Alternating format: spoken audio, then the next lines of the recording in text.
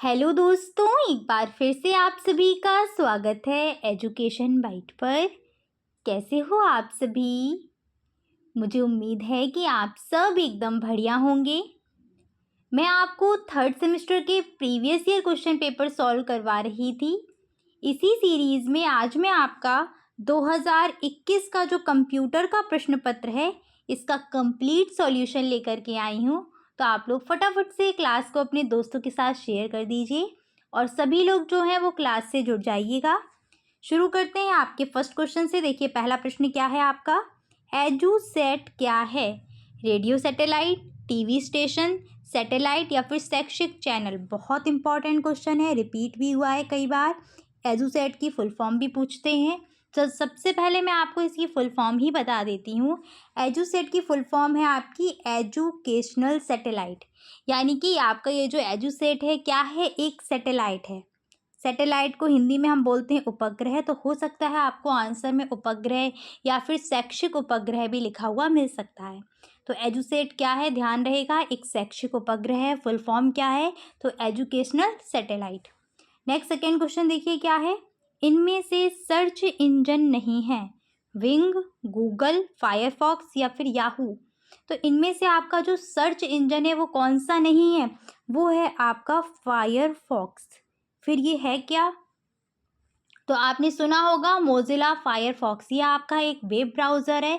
ऐसे ही आपका Google Chrome हो गया, इंटरनेट एक्सप्लोरर हो गया, ये सब क्या है, ये तीनों ही आपके वेब ब्राउज़र हैं। नेक्स्ट आइएगा थर्ड क्वेश्चन पर, विकीपीडिया है encyclopedia, web browser, search engine या वायरस। तो विकीपीडिया आप जानते हैं, ये प्रीवियस ईयर में आपका 2023 में क्वेश्चन पूछा भी गया था। विकीपीडिया जो है वो एनसाइक्लोपीडिया है, वहाँ पर विकीपीडिया के बारे में लिखने को आया था या फिर विकीपीडिया का उपयोग क्या है, ऐसे क्वेश्चन बन जाते हैं। नेक्स्ट आइए फोर्थ क्वेश्चन पर, डीवीडी का विस्तृत रूप है digital vector disc, digital volume disc, digital versatile disc या फिर डिजिटल विजुअलाइजेशन डिस्क। कौन सा इसका सही ऑप्शन रहेगा, तो इसका सही उत्तर है digital versatile disc. Full form याद कर लीजिएगा अच्छे से, ठीक है। चलिए आगे बढ़ते, फिफ्थ क्वेश्चन पर क्या है, सीडी रोम में फाइल को कॉपी करने की प्रक्रिया कहलाती है बर्निंग, जिपिंग, डिजिटाइजिंग या फिर रिपिंग। तो सीडी रोम में जो फाइल को कॉपी करने की प्रोसेस है उसको बोला जाता है बर्निंग। सीडी रोम की फुल फॉर्म क्या है, तो सीडी रोम में सी से है कॉम्पैक्ट, डी से है डिस्क और रोम की फुल फॉर्म क्या होती है, रीड ओनली मेमोरी। तो इसकी फुल फॉर्म क्या बन जाएगी, compact disc read only memory. फटाफट से रैम की फुल फॉर्म टाइप करिएगा। ये ऐसी फुल फॉर्म है कि आपसे पूछ ली जाती है, भले ही आपके सेमेस्टर के सिलेबस में हो या ना हो। तो रैम हो गई, रोम हो गई, डीवीडी हो गई, ठीक है, सीडी रोम हो गया, ऐसी सीपीयू हो गया, इन सब की जो आपकी फुल फॉर्म है वो पूछ लेते हैं। आगे आइए, सिक्स क्वेश्चन क्या है, डाटाबेस के प्रमुख तत्व बताइए। डेटाबेस के प्रमुख तत्व हैं आपके टेबल, इंडेक्स, डेटा तत्व, जिसको डाटा तत्व भी आप लिख सकते हो, database schema, field, column, record, पंक्तियाँ, कुंजियाँ, ये सब के सब क्या है, डेटाबेस के प्रमुख तत्व हैं। एलिमेंट्स भी आप इनको बोल सकते हैं, तत्व या एलिमेंट बात एक ही है। अवयव भी आप बोल सकते हैं इसको। तो ये टेबल वगैरह, इंडेक्स हो गया, रिकॉर्ड हो गया, कॉलम हो गए सारे, ये रो वगैरह, रो कॉलम, ये सब किस में आते हैं, इसके तत्व में आते हैं। नेक्स्ट क्वेश्चन है, वेबसाइट क्या होती है? वेबसाइट जो है वो क्या होती है, तो ये बहुत से वेब पेजों से मिलकर के बनी होती है। तो हम बोल सकते हैं कि वेबसाइट क्या है, वेब पेजों का एक संग्रह है, वेब पेजों का कलेक्शन है वेबसाइट। वेबसाइट के माध्यम से हम बहुत सी जानकारी को प्राप्त कर सकते हैं। किसी भी वेबसाइट का यहाँ पर आप एग्जाम्पल लिख सकते हो, जैसे wikipedia.org, google.com, amazon.com, फ्लिपकार्ट, इन सब की वेबसाइट हैं जहाँ पर जाकर के हमें कई सारी जो चीज़ें हैं वो मिल जाती हैं। एट्थ क्वेश्चन है, शैक्षिक दूरदर्शन से आप क्या समझते हो? शैक्षिक दूरदर्शन में आपको दूरदर्शन प्लस शैक्षिक दो शब्द मिल रहे हैं। दूरदर्शन का जो शाब्दिक अर्थ होता है वो होता है दूर से देखना, दूर मीन्स दूर, दर्शन मीन्स देखना। तो दूरदर्शन का मतलब क्या है, दूर से देखना। दूरदर्शन पर ही शैक्षिक महत्व के जो कार्यक्रम है उनका प्रसारण भी किया जाता है, शिक्षा से रिलेटेड पढ़ाई से जुड़े हुए कुछ कार्यक्रमों को प्रसारित करते हैं। इन्हीं कार्यक्रमों के प्रसारण को हम शैक्षिक दूरदर्शन के नाम से जानते हैं। ये कार्यक्रम करते क्या हैं? तो शैक्षिक दूरदर्शन के द्वारा प्रसारित कार्यक्रम उन विद्यार्थियों को भी शैक्षिक अवसर प्रदान करते हैं जो विद्यालय में प्रवेश नहीं ले पाते। किसी कारणवश हो सकता है किसी के यहाँ ऐसी परिस्थितियाँ चल रही हैं जो नहीं जा पा रहे हैं, या बहुत छोटा सा बच्चा है, अभी हम उसको स्कूल में नहीं डाल सकते, तो उनको भी क्या है, उनके लिए भी ऐसे कार्यक्रम आते हैं जो खेल माध्यम से बच्चों को सिखाते हैं, उनकी रुचि जागृत करते हैं। ठीक है, तो ये जो कार्यक्रम रहते हैं विद्यार्थियों को प्रेरित करते हैं, वह सीखने में उनकी रुचि को जागृत करते हैं। दूरस्थ शिक्षा भी प्रदान करते हैं, मतलब दूर बैठे हुए फिर भी आपको शिक्षित कर रहे हैं। अगला प्रश्न है, डाटा माइनिंग से क्या तात्पर्य है? डाटा माइनिंग का शाब्दिक अर्थ क्या रहता है? निकालना, खोजना, ठीक है, बीनना उसमें से। तो डाटा माइनिंग बड़े डाटा सेटों को छांटने और उसका विश्लेषण करने की एक प्रक्रिया है ताकि पैटर्न की पहचान की जा सके और उपयोगी जो जानकारी है वो उनमें से निकाली जा सके। जैसे आपने देखा होगा सालों साल डेटा इकट्ठे होते रहते हैं, जैसे कोई बड़ी कंपनी चल रही है तो उसके डेटा क्या है, कलेक्ट होते रह रहे हैं, इकट्ठे होते रह रहे हैं, बट कुछ टाइम बाद क्या होता है, कुछ ऐसी भी चीज़ें होती है जो उसमें काम की नहीं है, यूज़ की नहीं है, तो उनको हटा देना और उपयोग की जानकारी उनमें से निकालना, इसी को बोला जाता है डेटा माइनिंग। ठीक है, अर्थात डाटा माइनिंग डाटा से पैटर्न निकालने की एक प्रोसेस है। जो उपयोगी जानकारी है उसको हम वहाँ से निकाल लें, इसको बोलते हैं डाटा माइनिंग। नेक्स्ट क्वेश्चन है, श्रव्य दृश्य सामग्री के दो उपयोग लिखिए। श्रव्य दृश्य सामग्री के दो के आप कई सारे उपयोग लिख सकते हो, तो यहाँ पे मैंने कई सारे उपयोग 3-4 लिखे हुए हैं। श्रव्य दृश्य सामग्री का उपयोग निम्नलिखित प्रकार से हम करते हैं। पहला क्या है, छात्रों को सक्रिय रखने में व विषय वस्तु में उनकी रुचि जागृत करने में हम किसका प्रयोग करते हैं? श्रव्य दृश्य सामग्री का, क्योंकि आपको पता है सामने ऑडियो वीडियो चल रही होगी तो बच्चे वहाँ पर एक्टिव रहेंगे और वो है ना जिज्ञासा पूर्वक उस चीज़ को देखेंगे, बिल्कुल शांतिपूर्वक अनुशासन में रह करके।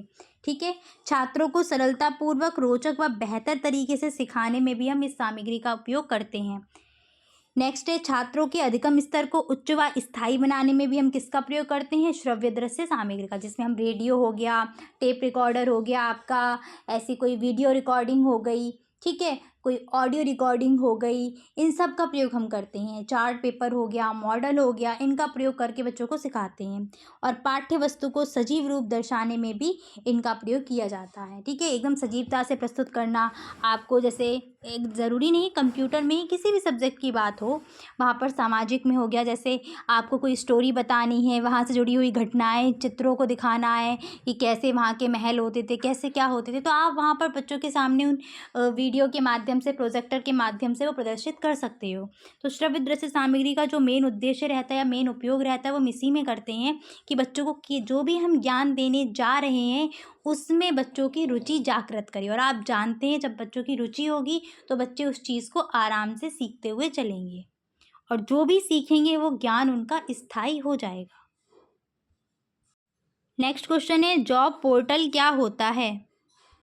जॉब पोर्टल क्या है? जैसा आपको नाम से ही समझ में आ रहा है, एक ऐसी जगह जहाँ पर क्या है, जॉब मतलब कि नौकरी के बारे में जानकारी मिलेगी। तो यह प्लेटफॉर्म नौकरी की तलाश और भर्ती को आसान बनाने के लिए है। ये क्या करता है? ये रोजगार के कई सारे अवसर प्रदान करता है। इसमें सभी प्रकार के रोजगार संबंधी सूचनाएं प्रदान की जाती हैं। वह रोजगार जो है वो योग्यता के अनुसार प्रोवाइड किया जाता है कि जो भी आपके पास एबिलिटी है, जो भी आपके पास शैक्षिक योग्यताएं रही होंगी उनके अनुसार जो है वो आपको नौकरी यहाँ पर दी जाएगी। यदि कोई व्यक्ति नौकरी की तलाश कर रहा है तो उससे अपनी योग्यता के अनुसार यहाँ पर नौकरी की तलाश करने में बहुत मदद मिलेगी। जो भी आपको जॉब पाई है, आपको किसी को जॉब दिलानी है तो आप उसको सजेस्ट कर सकते हैं कि आप यहाँ पर जाइए और यहाँ पर आपको कई सारे जॉब ऑफ़र मिलेंगे और जिससे रिलेटेड है जो भी आपके पास योग्यताएं हैं उस अनुसार आपको वर्क दिया जाएगा।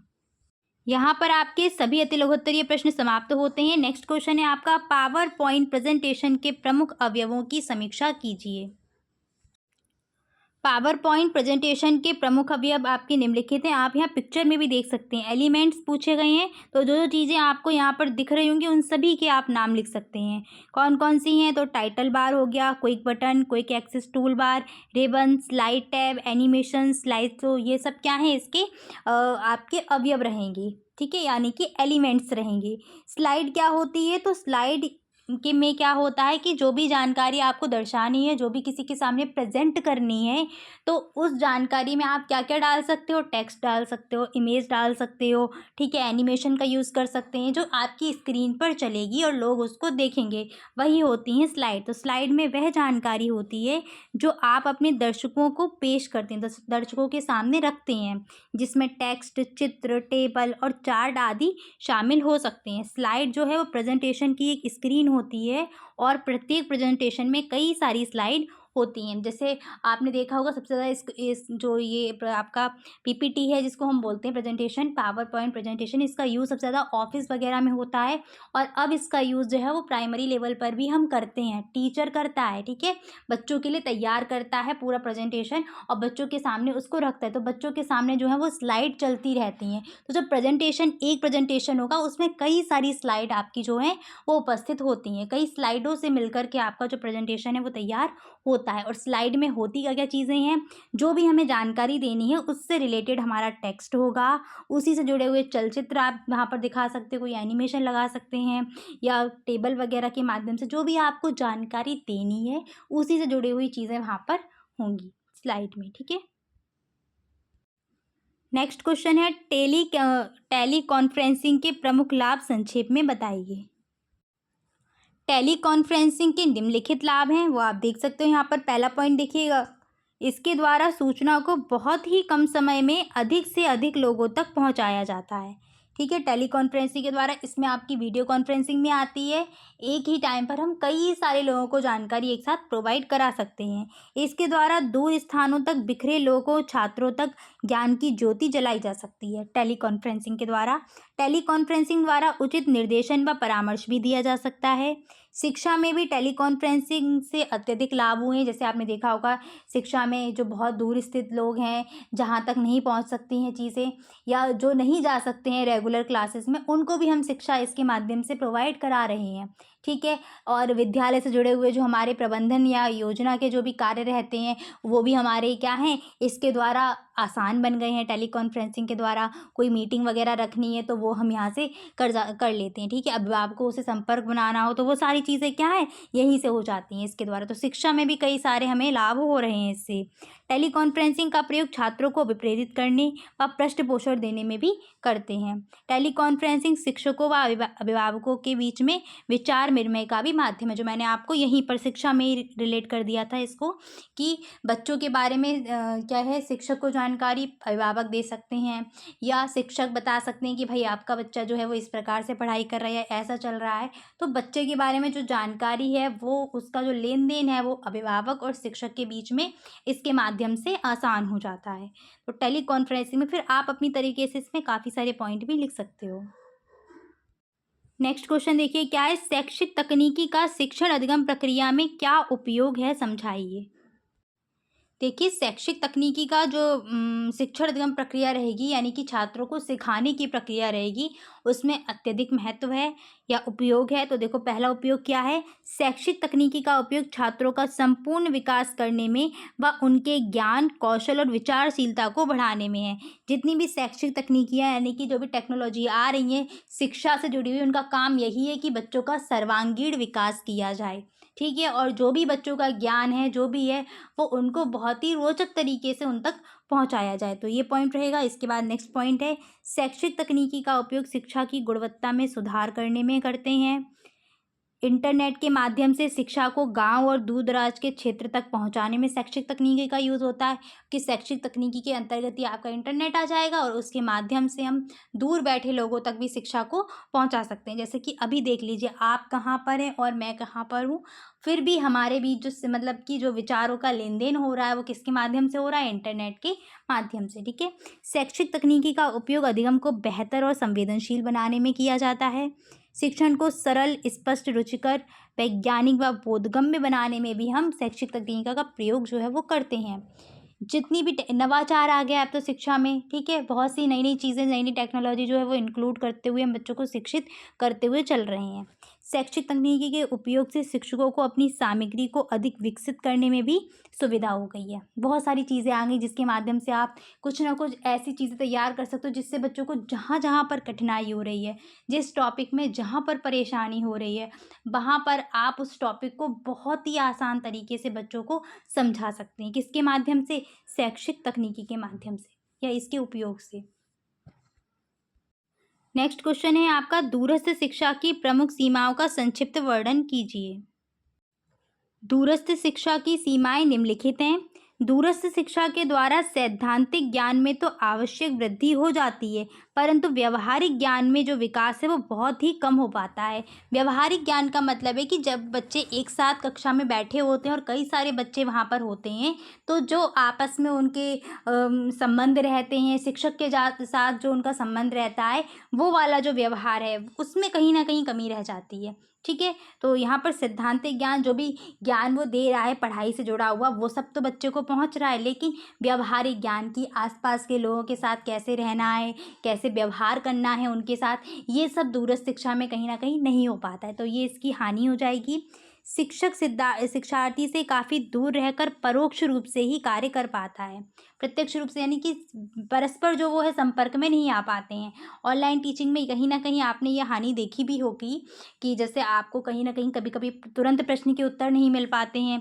जब आप शिक्षक के सामने वहाँ पर बैठे होंगे तो वहाँ पर आपकी जो भी समस्याएं रहेंगी, शिक्षक वहाँ तुरंत आपकी समस्याओं का समाधान कर देगा। ठीक है, इसके बाद है, डिग्री पूरी करने के लिए आवश्यक कुछ पाठ्यक्रम जो हैं वो ऑनलाइन उपलब्ध नहीं हो सकते हैं। तो ये भी क्या है, दूरस्थ शिक्षा की सीमाएं ही रहेंगी। इसके बाद नेक्स्ट पॉइंट है, कभी कभी मुद्रित पाठ्य सामग्री समय पर शिक्षार्थियों को नहीं भेजी जाती। जैसे आपने देखा होगा इग्नू वगैरह से भी जो कर रहे हैं या कहीं और से कर रहे हैं अपनी जो भी डिग्री वगैरह, तो उनको जो है वैसी सामग्री हो गई, बुक्स वगैरह, वो कभी कभी समय पर नहीं मिल पाती हैं। तो ये भी इसकी सीमाएँ हैं।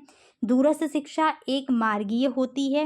निर्देशन अथवा परामर्शदाता अपनी योजना के अनुसार उसकी व्यवस्था करते हैं और शिक्षार्थी उसका अनुसरण करते हैं। यानी कि कहीं ना कहीं इसमें ज़्यादा जो रहता है कि कभी कभी ऐसा हो जाता है ना कि बच्चों की जो योग्यता है या उनकी जो भिन्नताएं हैं उनका कहीं ना कहीं यहाँ पर ध्यान रखने में कमी हो जाती है। तो ये इसकी सीमाओं के अंतर्गत आ जाएगा। नेक्स्ट क्वेश्चन पर आ जाइए, वेब पोर्टल क्या है, इसकी उपयोगिता बताइए। वेब पोर्टल एक विशेष रूप से डिज़ाइन की गई वेबसाइट है जो ईमेल, ऑनलाइन फॉर्म और सर्च इंजन जैसे विभिन्न स्रोतों से जानकारी को एक समान तरीके से एक साथ लाती है, एक जगह पर लेकर के आती है। वेब पोर्टल विभिन्न प्रकार की सूचनाओं, डेटा और संसाधनों तक पहुंच का एकल बिंदु प्रदान करते हैं। एक ही जगह पर जो जानकारी है वो मिल जाती है, जिससे क्या है, उपयोगकर्ताओं को के लिए एक ही स्थान पर अपनी आवश्यकता के अनुसार जानकारी ढूंढना आसान हो जाता है। उन्हें परेशानी नहीं होती, उन्हें एक ही जगह पर जो चीज़ें हैं वो मिल जाती हैं। नेक्स्ट क्वेश्चन है, मुक्त शैक्षिक संसाधन क्या होते हैं।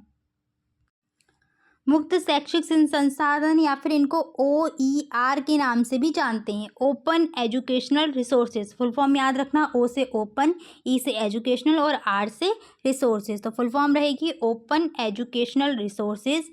ये क्या करते हैं, सीखने और पढ़ाने के ऐसे संसाधन हैं जो किसी के भी उपयोग के लिए ऑनलाइन मुफ्त में उपलब्ध हैं। आप जाएंगे, अभी सर्च करेंगे तो आपको सारी जानकारियाँ जो वह मिल जाएंगी। ये यानी कि ऐसी सामग्रियाँ हैं जो सार्वजनिक हैं, सभी को फ्री में उपलब्ध हो रही हैं, वो होते हैं आपके OER। और ऑनलाइन ये जो सामग्री है या जो भी शिक्षा से रिलेटेड चीज़ें हैं वो ऑनलाइन आपको फ्री में प्रोवाइड हो रही हैं यहाँ से। ठीक है, मुक्त शैक्षिक संसाधन में पूर्ण पाठ्यक्रम, पाठ्यक्रम सामग्री, मॉडल पेपर जो आपके होते हैं, ठीक है, पाठ्य पुस्तकें, वीडियो, परीक्षण सॉफ्टवेयर और ज्ञान तक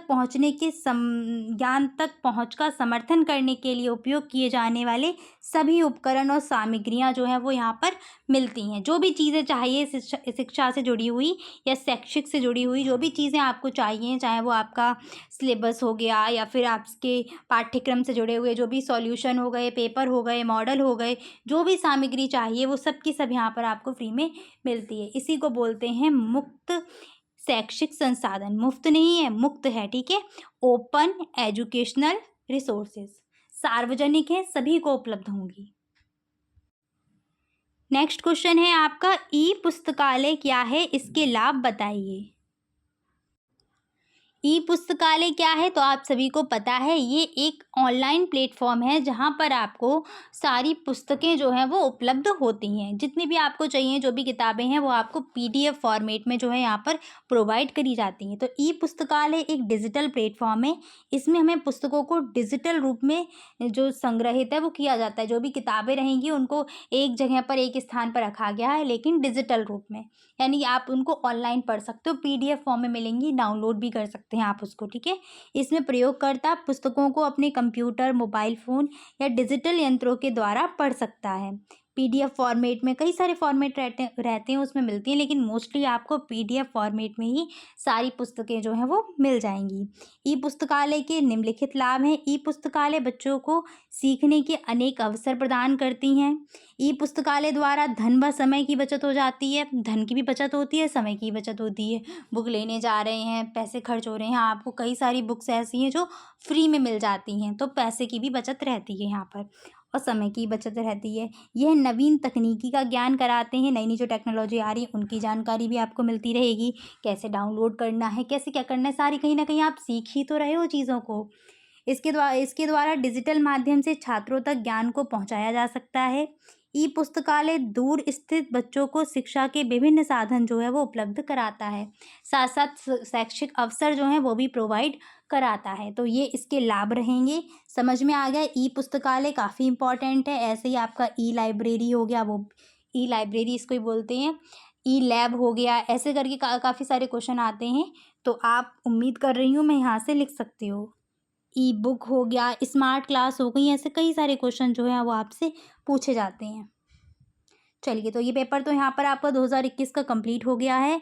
मैंने आपको 2022 और 2023 का जो क्वेश्चन पेपर है कंप्यूटर का, वो करा दिया है। प्लेलिस्ट भी आपकी प्रीवियस ईयर पेपर की मैंने बना दी है, तो आप वहाँ से सारे पेपर जो हैं वो अपने कंप्लीट कर लीजिएगा, और कोशिश करिएगा जितने भी प्रीवियस ईयर क्वेश्चन पेपर हैं उनको आप अच्छे से तैयार कर लो, क्योंकि आप सभी को पता है डीएलएड में कहीं ना कहीं आपके जो क्वेश्चन हैं वो रिपीट होते हैं, और बहुत अच्छे से रिपीट होते हैं। कम से कम आपको 3 से 4 क्वेश्चन मिलेंगे ही मिलेंगे, तो अच्छे से तैयार कर लीजिएगा। इतना ही रखती हूँ आज। Thanks for watching and please like, share and subscribe my channel. Bye bye, take care.